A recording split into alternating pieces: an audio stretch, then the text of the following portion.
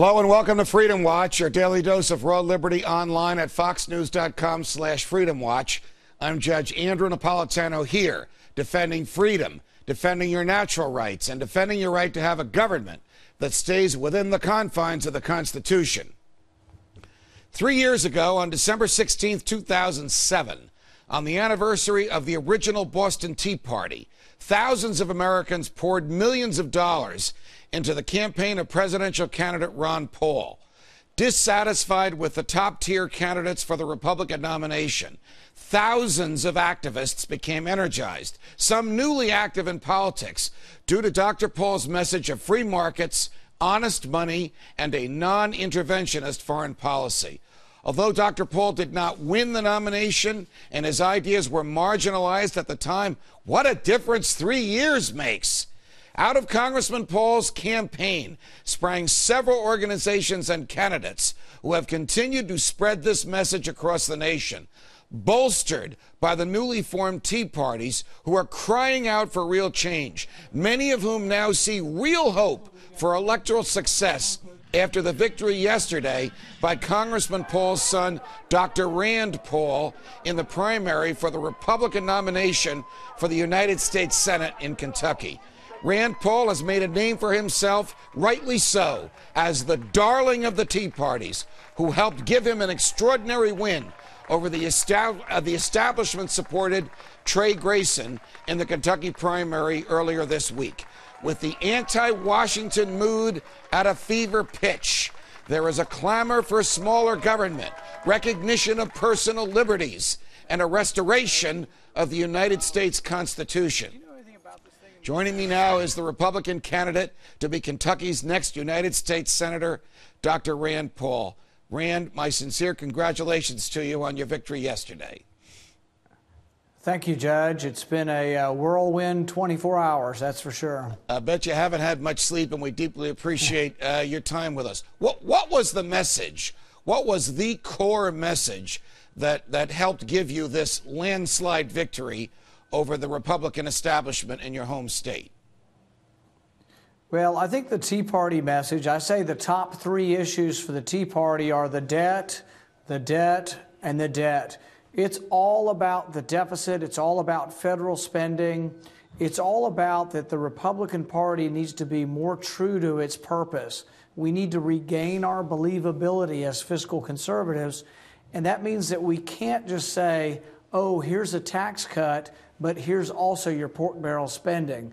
The two don't go together unless you are not bothered by mounting deficits. You know, there was a time when you really couldn't argue debt to people. There were Republican office holders who said, debt is a good thing, don't worry about it, we'll eventually pay it off. And there were Republican rank and filers who said, I have more pressing problems in my life than worrying about a number that I can't even get my arms around. How did you get this message, which once was esoteric, and now I agree with you, is resonating with middle American folks? How did you get this message of a terrifying debt to cause people to leave the Republican Party's chosen candidate and come to you?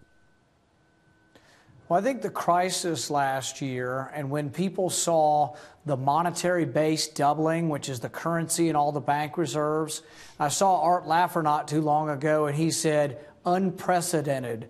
And when you hear prominent economists saying that a doubling of the monetary base is unprecedented, it starts to worry people. When you see the chaos in Greece, and then you hear that, guess what? The U.S. taxpayer is going to have to pay for the bailing out of Greece as well. They talk about Portugal being unstable as well as Spain. People are worried that not only is our country going to have trouble paying for our debt, but that we have to pay for Europe's debt as well.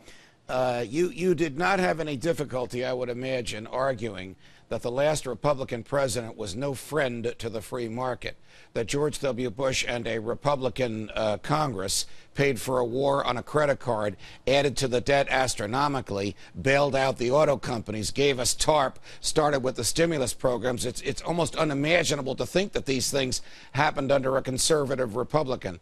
But he really wasn't a conservative Republican. You had to make that argument to conservative Republican voters in Kentucky.